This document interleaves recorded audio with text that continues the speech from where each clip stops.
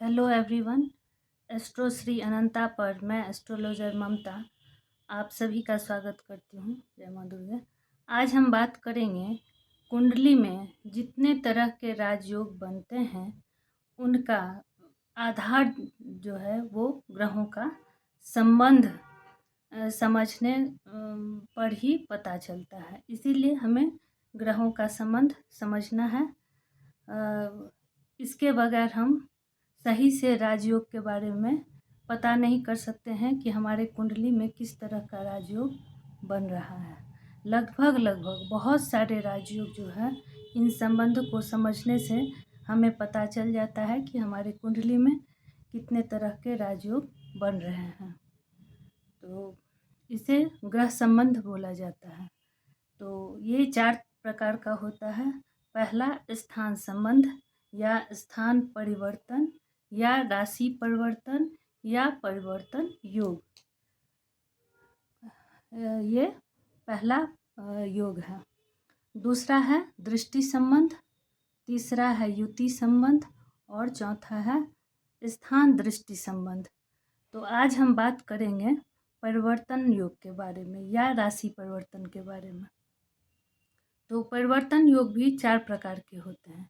महापरिवर्तन योग, कहल परिवर्तन योग, दैन्य परिवर्तन योग और विपरीत राजयोग।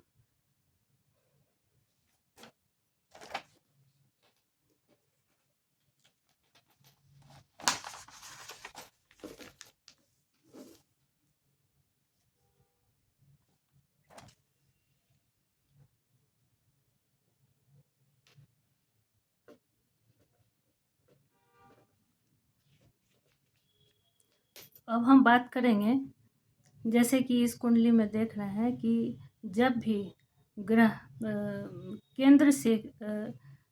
केंद्र में परिवर्तन हो, जैसे कि फर्स्ट हाउस से 7th हाउस का परिवर्तन हो और 7th हाउस के राशि फर्स्ट हाउस में चले जाएं, तो ये महापरिवर्तन योग होगा।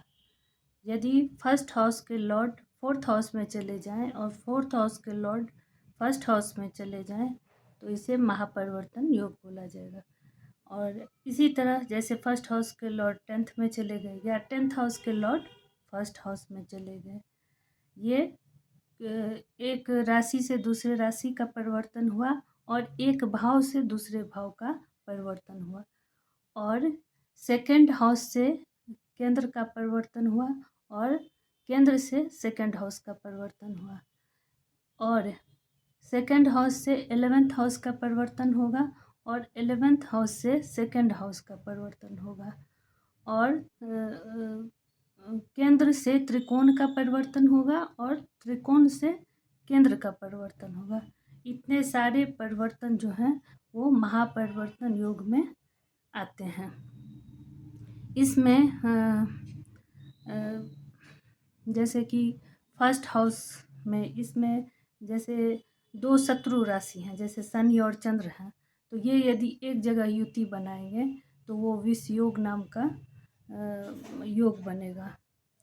लेकिन यहाँ पर ये शनि और चंद्रमा जो हैं एक दूसरे के घर को रक्षा कर रहे हैं, तो ये एक तरह से नीच भंग राजयोग भी हो जाता है।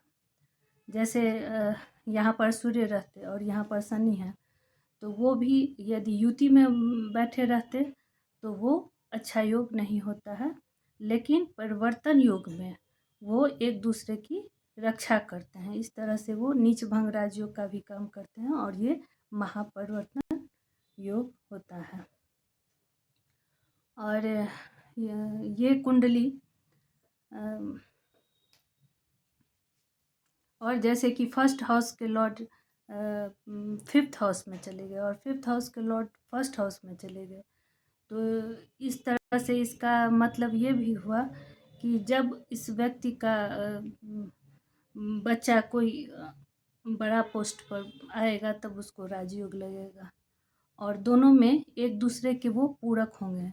जितना ये व्यक्ति अपने बच्चों के लिए करेगा, बच्चा भी उतना अपने माँ बाप के लिए करेगा।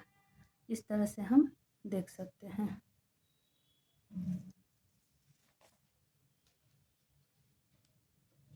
महापरिवर्तन योग इंदिरा गांधी के कुंडली में बना हुआ है। यहाँ इसको आप देख सकते हैं। जैसे फर्स्ट हाउस के लॉर्ड 7th में गए और 7th हाउस के लॉर्ड 1st में गए।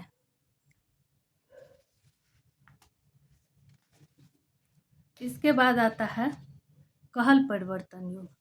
कहल परिवर्तन योग में 3rd हाउस के लॉर्ड जितने भी हाउस हैं, केंद्र हैं और त्रिकोण है और 11th हाउस और 2nd हाउस है, इन सभी से परिवर्तन करने पर कहल योग का निर्माण होता है। सिर्फ वो जो त्रिक भाव है 6, 8, 12 के जो भाव हैं, इनके देवता के साथ उनका परिवर्तन नहीं होना चाहिए।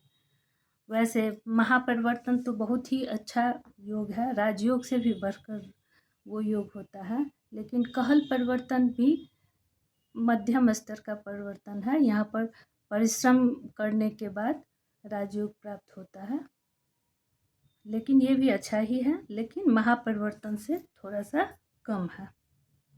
जैसे कि 3rd हाउस के लॉर्ड बुध हुए तो वो 4th हाउस में आ गए और 4th हाउस के लॉर्ड 3rd हाउस में आ गए, या 4th हाउस के लॉर्ड 2nd हाउस में चले जाएंगे, या 2nd हाउस के लॉर्ड 3rd में चले जाएंगे, या 3rd हाउस के लॉर्ड 1st में आ गए, या 1st हाउस के लॉर्ड इसमें 3rd में चले गए, या फिर त्रिकोण में चले गए, या 11th हाउस के साथ परिवर्तन हो गया, या 9th हाउस के साथ परिवर्तन हो गया, तो ये सभी कहल परिवर्तन योग में आएगा।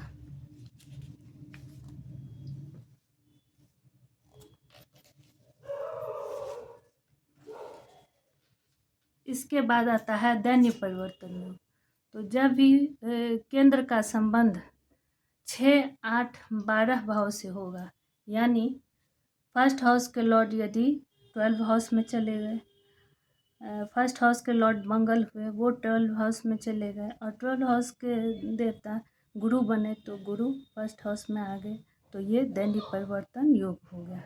जैसे 1st हाउस के लॉर्ड 8th हाउस में आ गए, 8th हाउस के लॉर्ड 1st में आ गए, या 1st हाउस के लॉर्ड 6 में आ गए और 6th हाउस के लॉर्ड 1st में आ गए, तो ये दैन्य परिवर्तन योग हुआ।